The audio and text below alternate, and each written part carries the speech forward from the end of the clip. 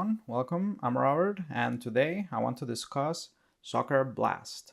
This is a pro soccer sports simulation board game, and I have a habit of always playing this at least once every year during December. It's just kind of like a little ritual that I picked up after I got this game for the first time a couple of years ago. So I wanted to discuss it today because it's a very interesting little board game from a lovely publisher. It's Play Games, that's with a double A. And they focus on creating simulation board games, and they're very stats driven and chart driven. Now I'm not much of a sports guy, to be honest. I did grow up playing basketball and soccer, or football as the rest of the world refers to it, outside of the US. But I've kind of distanced myself from just paying much attention to sports ball. Or the last time I really paid attention to soccer was like the 2014 World Cup. That pretty much is it. But growing up, I did play them in school, and I also enjoyed my fair share of FIFA in the PlayStation 1 with my cousins. Yeah, that pretty much is it. That's where I'm at with soccer. I'm not big into like the stats and the ins and outs of the players. I'm not super knowledgeable, but I do like soccer. Okay, I would say it's my favorite sport for sure. When I got into the hobby, I found out that these simulation board games exist. I thought that was cool, so I went ahead and ordered this from the publisher's website. And the game, when you order it, it comes with a personalized letter. I'm sure it's a template or whatever. It comes with a personalized letter signed by the owner, which I thought was really cool. So they have that small, publisher charm, which I appreciate. And they focus on their sports games. So this is one title I have from them. So what is this about? So, like I said, it's a pro soccer sports simulation board game. It comes with these player cards, right? And let me show you these. So I have them. Let me switch cameras. So I have them in these sleeves, all right. So the way that they come in scored sheets that you have to cut them manually, right? And this box comes with 4 teams. So there's Man United, and these are these leagues over here. So Man United, and you also have this one right here, Chelsea. So this is from 2015 E, Man United and Chelsea, and I could not tell you what leagues those belong to. I'm sorry. Again, I'm not super knowledgeable. It also comes with this Los Angeles and New York teams from 1977, right? So it comes with these 2 teams. It gives you something to start with to simulate to simulate your games, right? And the way that this works is, let me show you here. So you have your 20 players, right? So each team will have 10 players on each side. All right, so let me switch cameras. All right, so you'll have your 20 players on each side of this board. Which, by the way, so this playmat I made it myself, just because I wanted to kind of I kind of wanted like a specific aesthetic, so I'm just a bit particular about that. And I wanted it to be bigger. I wanted the field to be bigger, so I made this playmat myself and ordered it. The game actually comes with this smaller board where you put your player cards, and the player cards are just bare like that. They're just tiny like pieces of cardboard, right, that you cut out yourself. So I have this mat here, and I also made these jackets just because I'm just extra. This is completely unnecessary, okay? I'm just being extra. I just wanted this to have a bit more of a tactile feel, all right? So I made these jackets for the cards. It's just a sleeve and then a blank card, and then the players in like a little pocket right there. All right. So you're gonna have your 10 players for each team on each side. Okay, and there's gonna be 5 stacks with 2 players on each. Okay, So that's how the field is arranged with your players, and then you're gonna have your goalkeepers on each side. Then the way that the game works is it's very simple because you have all of these charts. You have all of these charts surrounding you, right? So you have all of these charts surrounding you that tell you, if you put them at a glance like that, they tell you like everything you need to know pretty much. And there's even a there's even a when you score goals, there's a flow chart on everything. You got your rule book right here. Okay, I'll go over that later. But yeah, so you got your flow charts that surround you, and once you read the rule book once, you can just you're good to go for the most part, and all you have to do is refer to the chart. So this is one of those games. I think the only game in my collection actually where there depending on how simple you want to keep it, there really isn't a whole lot of player agency. You just, you roll dice and you're basically generating a match in front of you. And the way that it works is it's a minute to minute. Okay, so you're gonna have this, this sheet that the game comes with, where you can keep, the events of the game minute to minute. All right, so the visitor team or the home team will have possession of the ball, and then you go minute by minute. When you roll dice, it will tell you. It will, you can record what happened, right? So, you roll your dice, right, and then you'll refer to the chart and see what happened, right? And it's just very very well made. It's just very easy to get on the table, and then the one of the first things you do when you roll before you refer to the table is you switch places of the green die with players. So number two, right? Let's assume that the visitors have the possession of the ball. So you switch places, and now this player that was at the bottom before, now he's at the top, all right? So every minute a player is gonna be switched, okay? Unless you roll a 6, in which that case a player isn't switched. But you're gonna refer numbers 5 through 1, and then when you roll a die, if it rolls a 3, then you switch players here. And that's how you keep your 10 players. That's how it keeps things dynamic, because if you had like all 20 players visible at the same time, I can see how that could make the design a bit more complicated. So that's a very smart way that the designer figure out how to keep it dynamic without having to show all 20 players at the same time. So that's how every player will have eventually some, a way to shine or a way to provide their help. Okay, so you're gonna roll your dice, switch players, and refer to the charts, and it's very very detailed. Okay, so it'll and again, I've distanced myself from like sports ball for years now, but other folks that are more invested into this, and coaches and experts in the subject matter will tell you that this game, this system does a very good job of simulating the pace of a football match. All right. And the reason why I like this game is even though you're not really taking a whole lot of decisions, I'm just kind of watching the two teams, having a match against each other, and I'm just spectating, right? And there are ways, which I'll discuss later, in which you can have a bit more agency, like, and take a few more decisions. But in general, you're just spectating a match. And I like that.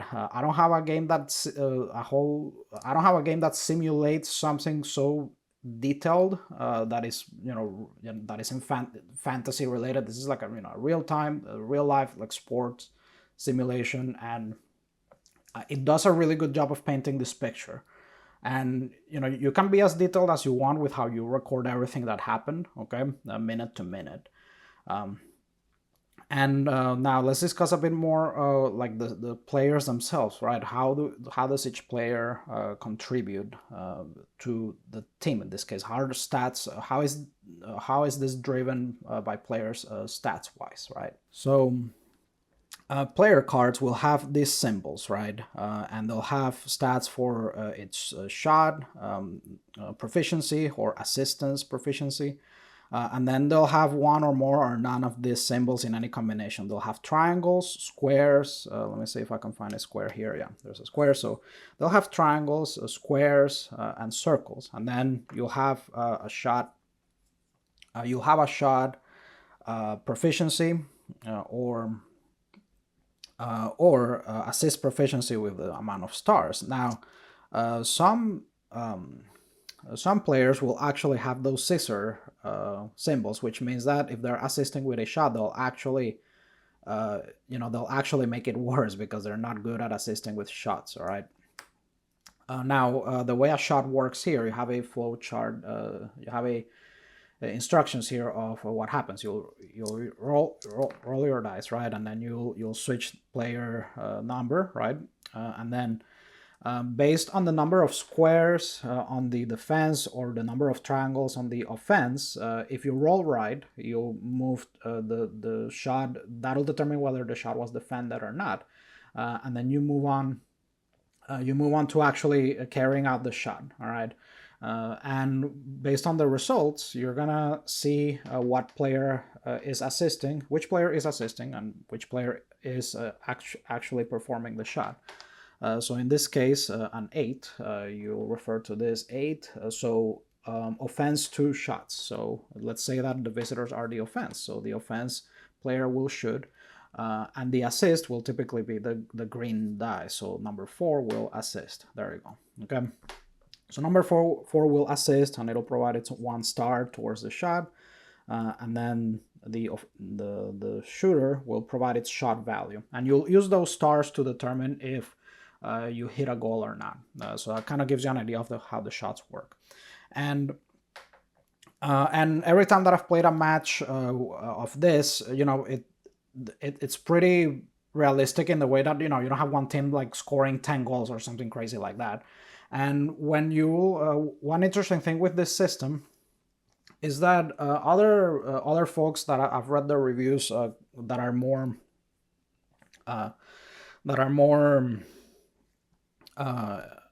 knowledgeable of teams and past World Cups or things like that. They'll recreate the teams and then carry out a tournament, and they'll say that the results compared to real life are eerily similar. All right.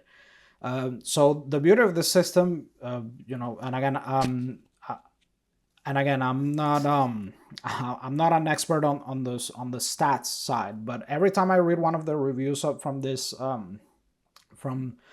this publisher, right, when it comes to they have a baseball game, or they have a basketball game, but when you read reviews of how players recreate teams, because there is a system for recreating teams, you can even purchase teams from the publisher, right? You can purchase teams as PDFs. I think they also sell them print. I'm not sure, but you can purchase teams from them. And this guy created a system where he uses these stats to recreate a player in this system, and based on the player's proficiencies and weaknesses, you'll be able to recreate players from teams here.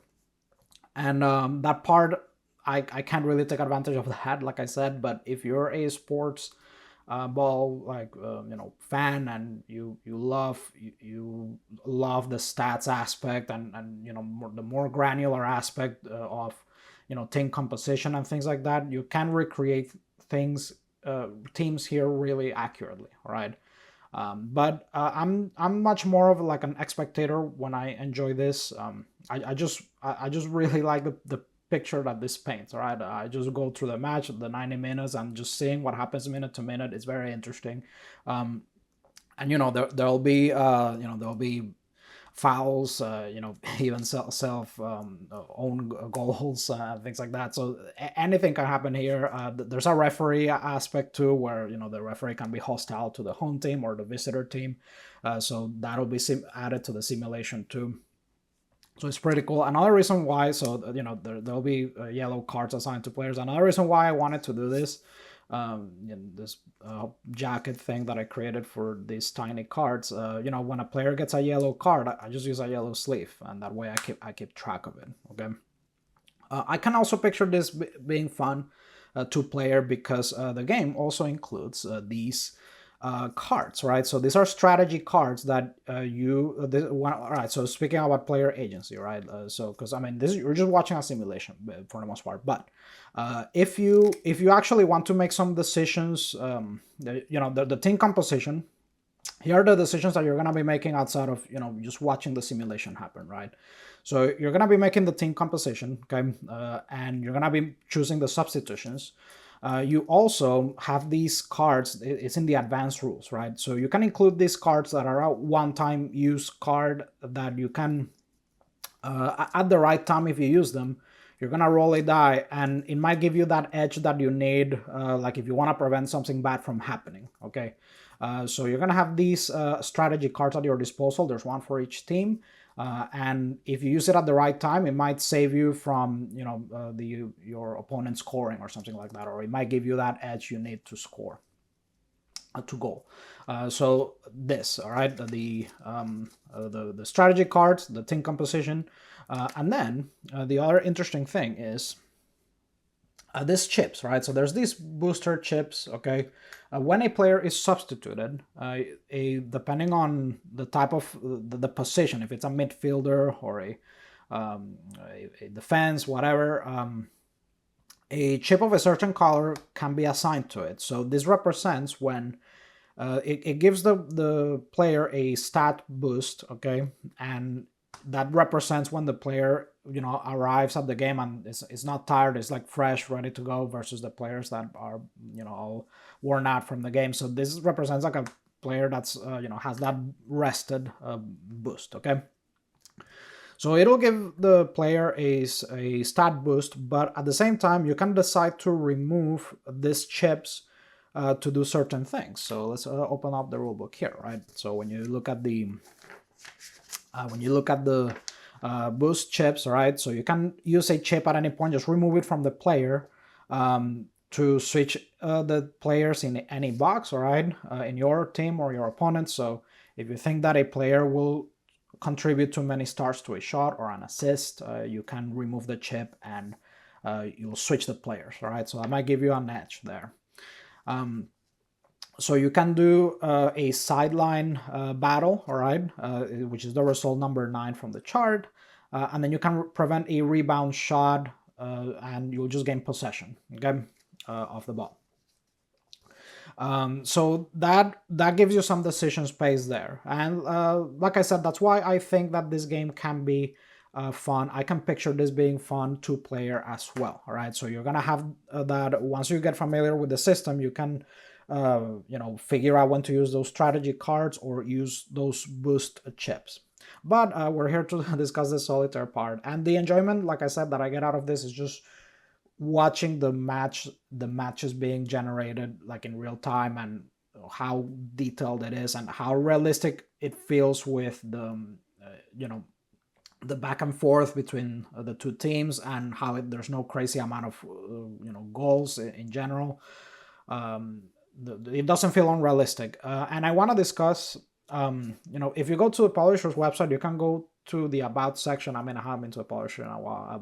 I'm sure that's there, but you can read how the designer got into this. All right, how he ended up designing these games, and it's very stats driven, and I do find it fascinating how he used statistics driven, and I find it fascinating how the story and how his design philosophy with statistics and how he uses the power of that to keep it realistic. Okay, so I recommend you go on the website and read the story of how this guy ended up designing these games. I just like the story of this publisher. I think it's cool. Now, one downside I'll mention though, overall this is very positive, really cool. Do keep in mind, if you come from a background of board games, you might have some expectations with the components, and for the price, you might balk at the components that you get. Just a heads up. All you get is a few dice, some chips, that tray I provided myself, and then these cards that come in a sheet like this. Let me show you. So so these are they're scored, okay?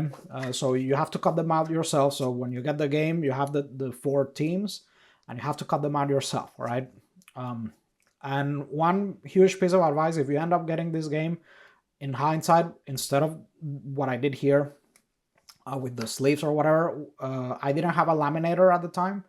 If I did, what I would have done is I would have just been happy with laminating the sheet before cutting it, because what I don't like, the reason why I did the sleeve thing is because I just don't like how flimsy these cards are. I'm sorry, like that's my only issue with it. It's just a nitpick, but yeah, I just wanted the experience to be a bit more tactile. See, like I really did not like manipulating these grainy, sandy like pieces of paper. So my advice is, if you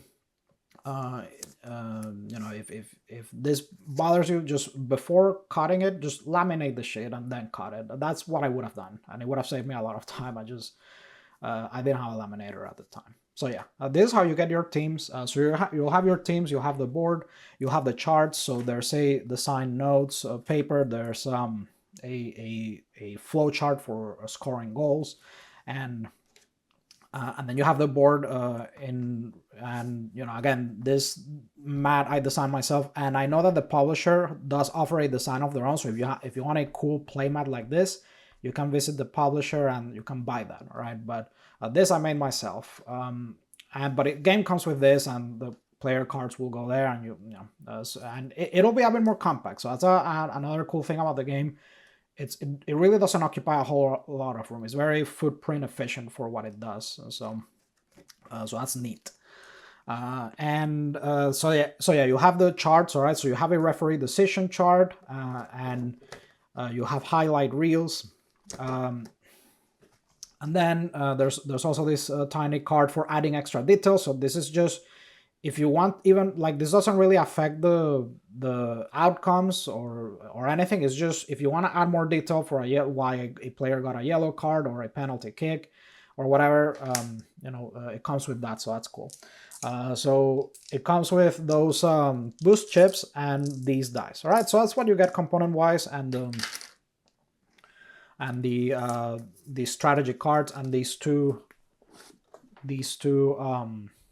charts. All right, so and hopefully I'm not forgetting anything, but I'm sure that the publisher also has a component shot of exactly what you got. Keep in mind that they've changed the cover since. All right, this is the old cover that I got in 2020, but yeah, you also get this, which you can just photocopy if you want more. All right, is the minute-to-minute paper where you can keep track of what happens throughout the game, the highlights.